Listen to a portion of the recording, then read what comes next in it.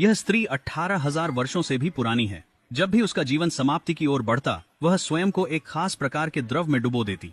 उस द्रव से बाहर आने पर उसकी लटकती त्वचा पुनः कोमल और लोचयुक्त हो उठती। उसके रुखे और पीले बाल घने, काले और लुभावने हो जाते। वह व्यक्ति फिर 20 वर्ष का नजर आने लगता। इस अनोखे द्रव को अमृत कहते हैं। यह मनुष्य की काया में उम्रदराज कोशिकाओं को सोख लेता है और लोग फिर जवान हो जाते हैं। लेकिन यह अमृत नितांत अद्वितीय है और यह पृथ्वी से कई प्रकाश वर्ष दूर एक ग्रह पर पाया जाता है। साइक्स परिवार इसका नियंत्रण रखता है। साइक्स परिवार की यही स्थिति उनके अमृत पर अधिकार के कारण है।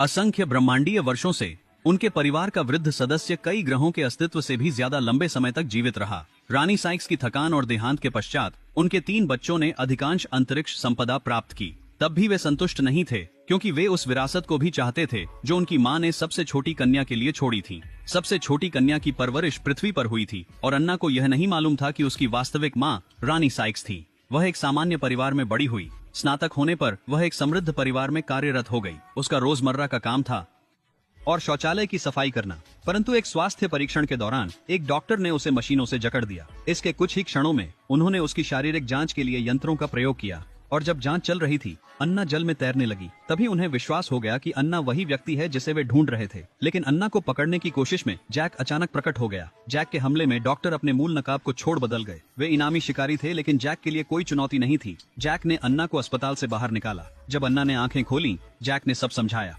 साइक्स परिवार के सबसे बड़े बेटे ने अन्ना की हत्या का आदेश दिया था और जैक को साइक्स परिवार के तीसरे बेटे ने भेजा था। लेकिन जैक के बोलने से पहले अन्य इनामी शिकारी उनका निशान ढूंढ लिए। इसीलिए जैक को अन्ना को लेकर फिर से भागना पड़ा। जल्द ही वे एक खेत में पहुंचे। वहां केविन नामक एक रिटायर्ड शेरिफ रहता था, जो इस समय एकांत में था।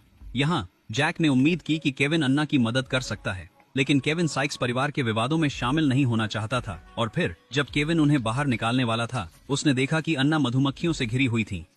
यह दृश्य देखने के बाद वह जल्दी से अन्ना के सामने घुटनों पर बैठ गया।